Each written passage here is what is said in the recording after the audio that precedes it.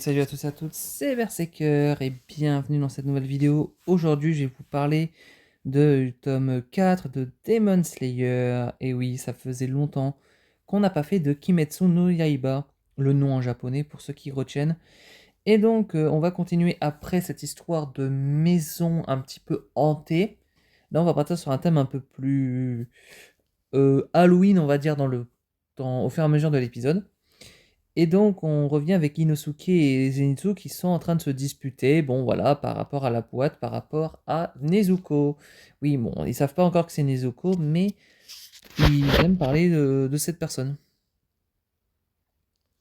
Du coup, en fait, Zenitsu dit que en fait, dans la boîte, c'est quelqu'un de très important pour Tanjiro et que il faut pas toucher à sa boîte. Donc, bas les pattes.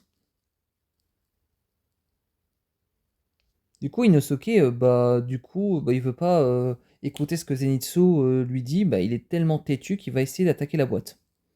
Sauf que Tanjiro râle envers Inosuke en disant non, mais arrête, tu fais des bêtises ou quoi? Et du coup, Tanjiro dit bah ouais, t'es un profondeur de démon toi aussi, donc ne t'en prends pas à la boîte, etc. Tu vois. Bon, il y a des délires où en fait il veut aussi garder Nezuko un peu tranquille, la protéger quoi. Et du coup, on a notre ami Inosuke qui, en fait, est totalement, on va dire qu'il a gardé son sang-froid, etc. et qu'il a arrêté d'attaquer un peu la boîte, parce que sinon, Tanjiro allait s'énerver. Et du coup, que c'est inutile de se battre entre profondeurs parce que ça ne sert à rien. C'est pas ça qui va faire avancer les choses. Et du coup, voilà, donc ils se font limite une petite baston pour voir un peu ce que Inosuke a dans le ventre. Hein.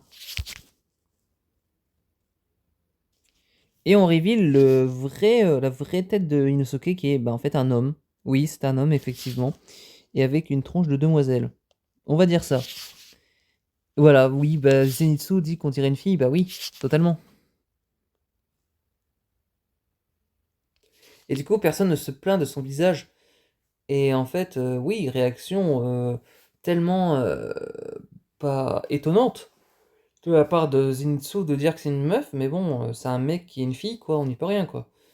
Non, je ne t'affronterai pas, essaye donc de me donner un autre coup de tête. Oui, bon, parce que Inosuke, c'est vraiment quelqu'un qui a envie d'affronter tout le monde, quoi. Alors que c'est un mec, de base. Et du coup, Tanjiro demande à Inosuke de l'aider à, bien évidemment, s'occuper encore des démons de la maison. Et il dit, bah, à quoi ça sert d'enterrer des cadavres? Pas question de vous aider. Viens donc te battre au lieu de râler. Oh bah super, quoi. Le gars, il est pas non plus très accueillant. Autour à la base des piliers, donc des pourfondeurs, on a Tanjiro, Inosuke et Zenitsu qui se font accoster par un petit corbeau. Et ce petit corbeau donne souvent les missions. Et du coup, le corbeau leur demande de se reposer. Et en fait, Zenitsu voit enfin Nezuko, oui. Et du coup, Tanjiro leur a pas dit, mais il dit je présente ma. Et là, du coup, on a Zenitsu qui va péter un câble en disant mais c'est une beauté cette fille.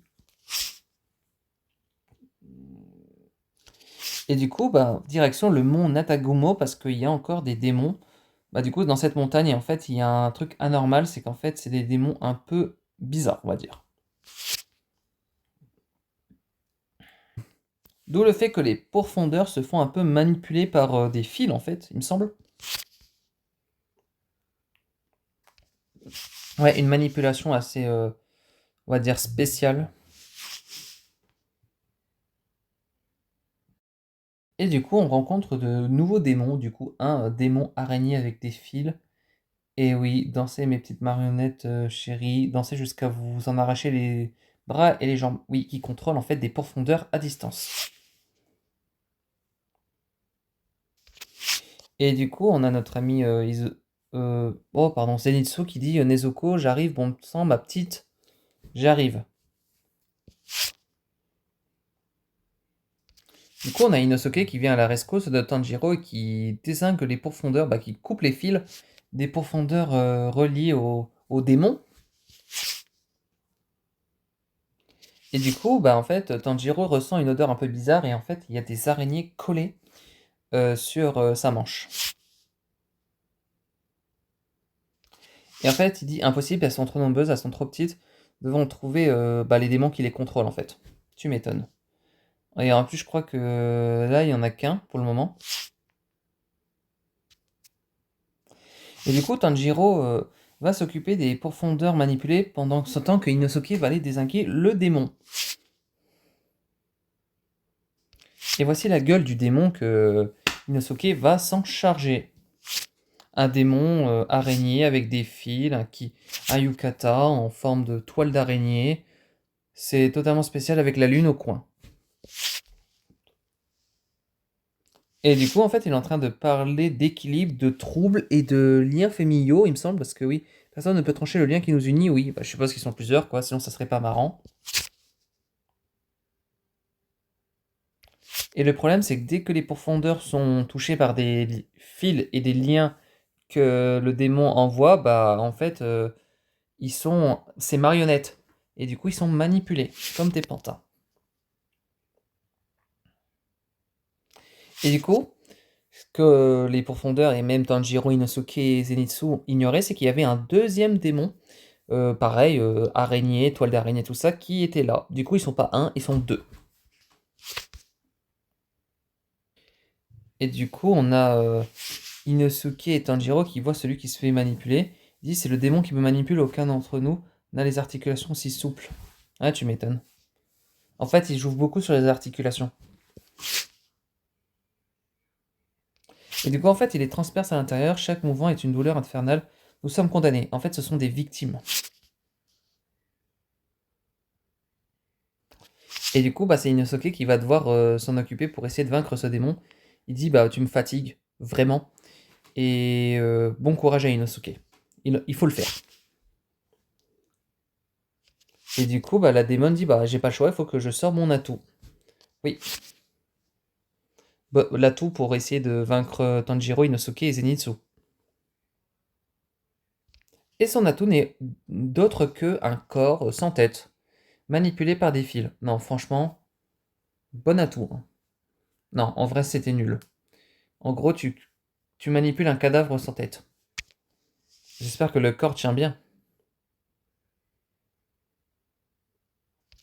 Et du coup, bah, notre ami Inosuke qui dit un corps sans tête, comment on va faire pour s'en débarrasser? Bah, je sais pas du tout, Inosuke. Il faut trouver la solution. Et du coup, Inosuke dit à Tanjiro qu'il est énervé de le voir toujours posé. Pose-toi de là, appuie-toi sur mon dos. Bon, voilà. Ils essayent de travailler ensemble. Du coup, tête à l'envers, Tanjiro demande à Inosuke de sauter et de te concentrer, d'avoir une concentration absolue. Et du coup, notre ami Tanjiro et même Inosuke ont découpé les deux membres grâce au souffle de l'eau de, de Zenitsu, non, de Tanjiro et les souffles bestiales d'Inosuke. Et du coup, ils ont tué aussi une des deux démons qui était là et qui gênait, qui était encore en vie. Et du coup, en fait, le démon s'est fait, on va dire, pourfonder, quoi. Il s'est fait vaincre par Tanjiro. Et du coup, l'autre démon voit en fait son frère. Oui, parce que je crois qu'ils sont frères et sœurs. C'est une histoire fraternelle. Et du coup, le regard de ce garçon, bah oui, oui, oui, assez spécial. Et je crois que c'est un autre démon, il me semble. C'est une bonne question. Je crois qu'ils sont plusieurs. Et du coup, bon voilà, les 12 lunes ne sont pas loin. Fais attention.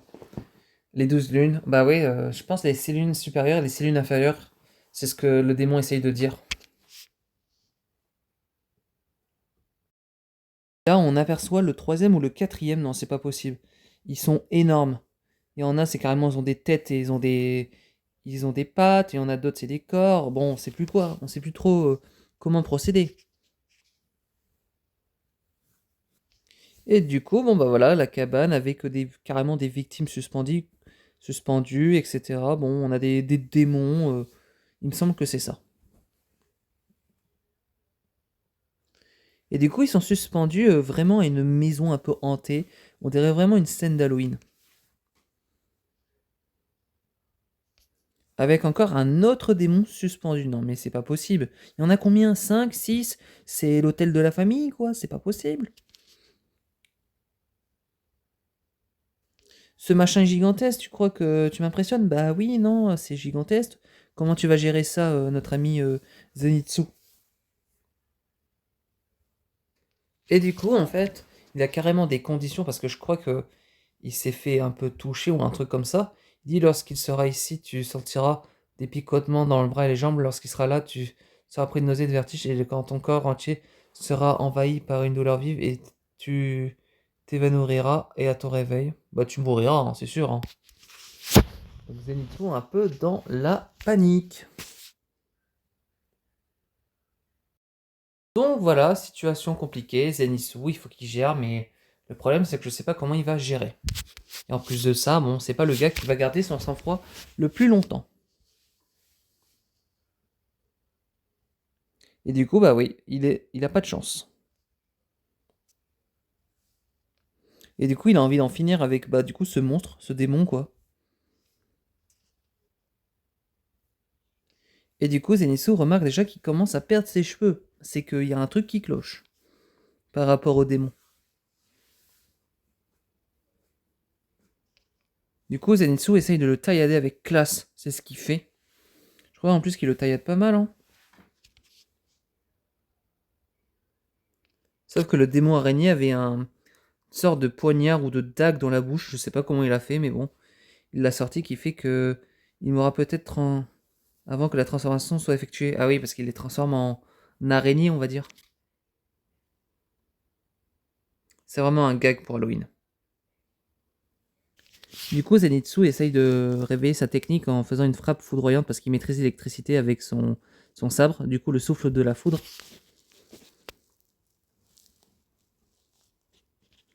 Quoi, avec cette forme de trajet qu'il a fait pour essayer de défoncer le petit démon.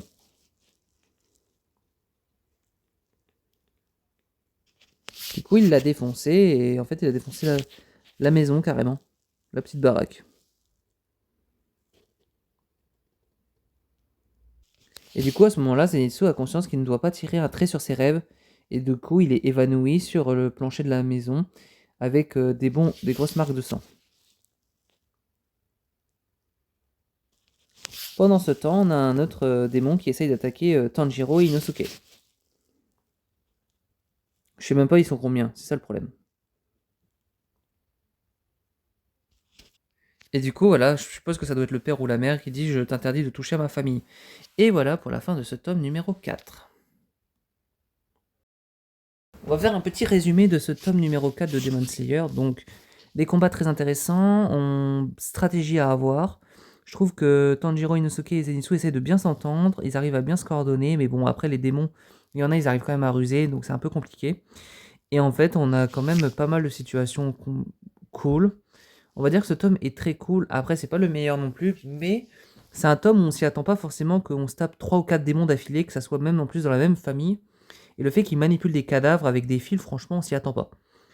Et en fait, je trouve que c'est bien trouvé les conceptions de ces démons.